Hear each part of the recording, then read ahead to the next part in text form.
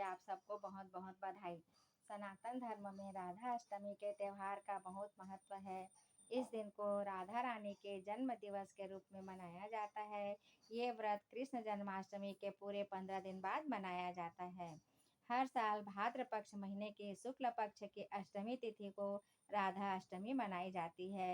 इस साल राधा अष्टमी 11 सितंबर 2024 को मनाई जा रही है। इस दिन राधा रानी की पूजा की जाती है। ऐसा कहा जाता है कि बिना राधा की पूजा के कृष्ण की पूजा अधूरी मानी जाती है। इस कारण जिन्हें कृष्ण का आशीर्वाद चाहिए उन्हें राधा की पूजा जरूर करनी चाहिए। राधा रानी की पूजा करने से साधक की सारी कामनाओं की पूर्ति होती है।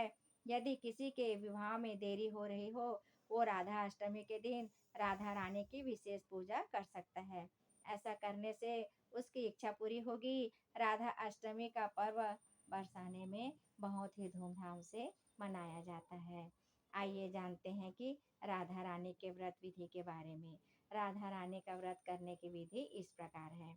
सुबह स्नान करके साफ कपड़े पहने और व्रत का संकल्प ले। घर को साफ करके गंगा जल छिड़के पीले कपड़े से बने आसन पर राधा रानी की मूर्ति या फोटो रखें। मिट्टी या तांबे के कलश में जल, सिक्के और आम के पत्ते रखकर उस पर नारियल रखे। राधा रानी को पंचामृत से स्नान कराए, उन्हें जल चढ़ाए और पुष्प, चंदन, धूप, दीप, फल आदि अर्पित करे। विधि विधान से राधा रानी की पूजा और श्रृंगार करे। राधा रानी को भोग लगाइए। भोग में रबड़ी, माखन, मिश्री, मोहन भोग, मौसमी फल, दही, अरबी की सब्जी, पंजीरी, खीर, हलवा, मालपुआ, पूड़ी और चना आदि शामिल कर सकते हैं। भगवान श्री कृष्ण की भी पूजा करें और उन्हें भोग में फल, मिठाई और तुलसी दल चढ़ाएं। राधा रानी के मंत्रों का जाप करें। पूजा के बाद आरती उतारे और सभी को प्रसाद बांटे। पूजा के बाद पूरा उपवास करें या एक समय भोजन करें। दूसरे दिन सुहागिन महिलाओं को और ब्राह्मणों को भोजन कराएं और उन्हें दक्षिणा दें। आइए जानते हैं राधा अष्टमी व्रत के कथा के बारे में। हिंदू पुराणों में वर्णित कथा के अनुसार एक दिन देवी राधा स्वर्गलोक से कहीं बाहर चली गई। यह जानकर भगवान श्री कृष्ण विरजा नाम की सखी के साथ उद्यान में घूमने लगे।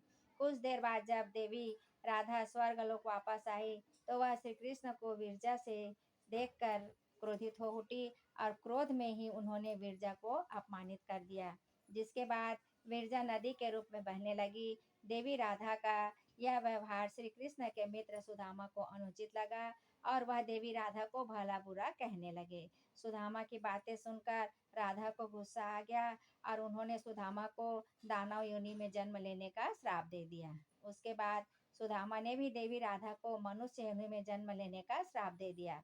शिव पुराण की कथा के अनुसार देवी राधा के श्राप के कारण सुदामा ने शकचूर्ण नामक के रूप में जन्म लिया, जिसका वध भगवान शिव के हाथों हुआ था। वहीं राधा रानी को सुदामा के श्राप के कारण पृथ्वीलोक पर मनुष्य के रूप में जन्म लेकर भगवान कृष्ण का वियोग सहना पड़ा।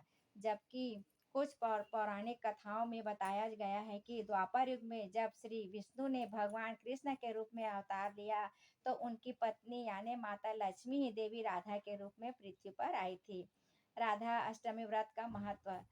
राधा अष्टमी व्रत का हिंदू धर्म में बहुत ही महत्व है। इस दिन भक्तजन देवी राधा के नाम का व्रत रखते हैं और धूमधाम से श्री कृष्ण और देवी राधा की पूजा अर्चना करते हैं। शास्त्रों की मानो तो जो भी भक्त श्रद्धा भक्ति से इस दिनों श्री राधा के व्रत रखते हैं उनके जीवन में आर्थिक समस्याएं कभी भी नहीं आती है। ऐसा भी माना जाता है कि इस दिन देवी राधा अपने भक्तों की सारी इच्छाएं भी पूर्ण करती है। धर्म शास्त्रों में बताया गया है कि अगर आपको श्री कृष्ण की कृपा प्राप्त करनी है तो देवी राधा के नाम का जाप करना, इसके बिना आप इस भवसागर को पार नहीं कर सकते हैं।